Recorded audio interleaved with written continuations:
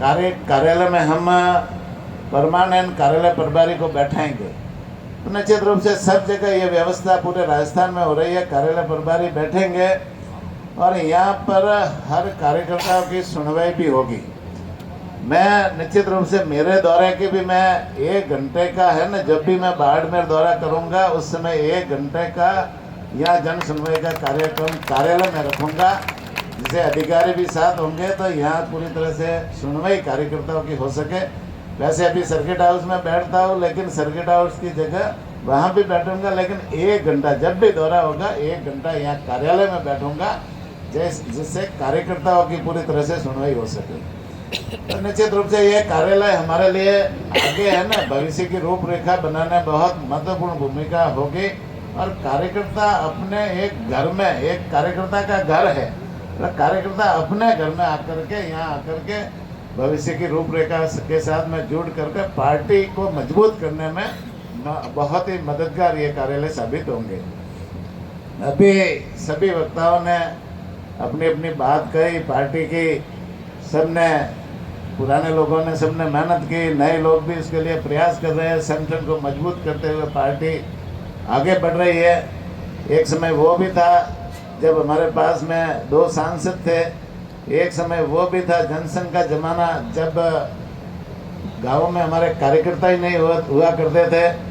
श्यामा प्रसाद मुखर्जी, पंडित दीनदयाल उपाध्याय जी, सुंदर सिंह जी भंडारी, भैरव सिंह जी शेखावत जैसे लोग हैं ना, अटल बिहारी वाजपेयी जी, सामान्य लाल कृष्ण आडवाणी जैसे लोग उस समय जैसे हमारा जनसंघ का नेतृत्व कर रहे थे।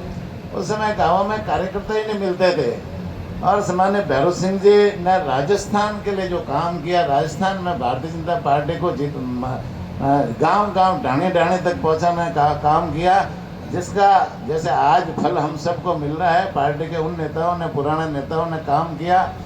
एक समय था जब भैरव सिंह जी के समय गाँव में जाते थे तो कार्यकर्ता नहीं मिलते थे, तो भैरव सिंह जी खुद ही रिक्शे में बैठ करके गाँवों में जाते थे और रिक्शे में बैठ करके पहले अनाउंस करते थे कि आज शाम को 5 बजे माननीय भैरव सिंह जी शेखावत आपके गांव में आएंगे और यहाँ एक सभा को संबोधित करेंगे।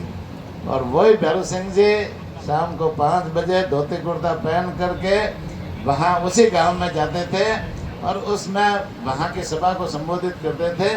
ऐसे ऐसे मतलब है ना करके भैरव सिंह जी शेखावत ने, उस समय के जो हमारे पुराने नेता थे, ललित जी चतुर्वेदी है, हरिशंकर जी बाबड़ा जी है, उन नेताओं ने गांव-गांव ढाणी-ढाणी जा करके इस भारतीय जनता पार्टी को पनपाने का, उनको गांव-गांव ढाणी-ढाणी तक पहुंचाने का काम किया। आज जैसे उन्हीं के बल पर है, उन्हीं के दिए हुए काम के कारण से हम सब लोग हैं ना भारतीय जनता पार्टी को इस विशाल स्तर पर ले जा करके काम करने का काम कर रहे हैं। एक समय वो भी था, अभी इमरजेंसी की बात चली, जब इंदिरा गांधी चुनाव में किन प्रकार सरकार के साधनों का अनुचित उपयोग करके प्रधानमंत्री बन गई, चुनाव जीत गई रायबरेली से।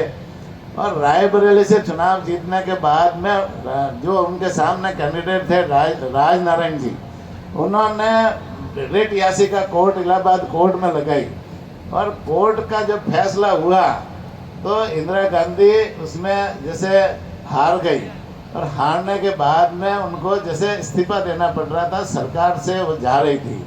तो उस समय इंदिरा गांधी ने पूरे देश में इमरजेंसी लगा दी 1975 में। और इमरजेंसी लगने के बाद में उन्हें इस देश में लोकतंत्र को खत्म करने का काम किया। लोकतंत्र को खत्म करने के लिए उन्होंने पूरी ताकत के साथ में इमरजेंसी लगाई। उस समय एक नसबंदी ऑपरेशन भी चलाया उन्होंने, और एक कई लोगों की नसबंदी की, जो बूढ़े लोग थे उनकी भी नसबंदी की, कई कुंवारे लोगों की भी नसबंदी। ये खुमान सिंह जी उस समय भी मेरे ख्याल से जंगल में भाग के गए थे तो जो बूढ़े बूढ़े लोग भी भाग के गए थे, टारगेट दे रखा था उन्होंने कि भाई इतनी नसबंदी तो किसी न किसी कर्मचारी को लानी है, तो कुंवारों के भी कर दी, बूढ़ों के भी कर दी। तो उस समय लोकतंत्र को बचाने के लिए हमारे भारतीय जनता पार्टी के जनसंघ के जो कार्यकर्ता थे उन्होंने संघर्ष किया और सरकार के विरुद्ध उन्होंने लड़ाई लड़ी। इमरजेंसी में वो जेल भी गए और जेल जा कर के इस लोकतंत्र को बचाने का काम हमारे जनसंघ के कार्यकर्ताओं ने किया।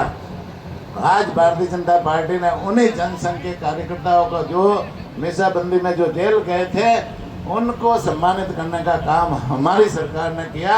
आज लोकतंत्र सेनानी है वो माननीय वसुंधरा राजे जी की सरकार के समय उनको लोकतंत्र सेनानी घोषित किया और घोषित करने के बाद में उनको पेंशन है ना, वो पेंशन देने का काम भी, सहायता राशि देने का काम भी हमारी सरकार ने आने के बाद में किया। अब पिछली सरकार आई उस समय कांग्रेस की सरकार ने वो वापस उनको जैसे वो राशि कैंसिल कर दी, तो अभी हमारी माननीय मुख्यमंत्री जी भजनलाल जी के नेतृत्व में वापस सरकार आई तो हमने कानून बना करके, एक्ट बना करके वो है वापस विधानसभा में पास करवाया और वापस लोकतंत्र सेनानियों को जो सुविधाएं देनी है वो हमारी सरकार ने देने का काम किया। तो निश्चित रूप से लोकतंत्र को खतरे में डालने का काम भी कांग्रेस ने किया, लेकिन हमारे कार्यकर्ताओं की मजबूती के कारण, मजबूत इच्छा शक्ति के कारण वो लोकतंत्र भी हम बचाने में सफल रहे। फिर बाद में जैसे हमारी सरकार 1977 में अलग हुई, अलग जनता पार्टी के साथ में विलय हुई और विलय होने के बाद में जैसे है ना 1980 में फिर हमारी भारतीय जनता पार्टी की स्थापना हुई। 6 दिसंबर 1980 को मुंबई के अधिवेशन में स्थापना हुई और अटल बिहारी हमारे पहले राष्ट्रीय अध्यक्ष बने और तब से लगाकर आज तक हमारे जो राष्ट्रीय अध्यक्ष बने हैं सब अलग अलग है ना, बूथ अध्यक्ष के लोग भी है ना हमारी पार्टी में राष्ट्रीय अध्यक्ष बने हैं। अभी जो नितिन नवीन जी है वो बूथ अध्यक्ष रहे हुए हैं और वो उनको जैसे पार्टी ने राष्ट्रीय अध्यक्ष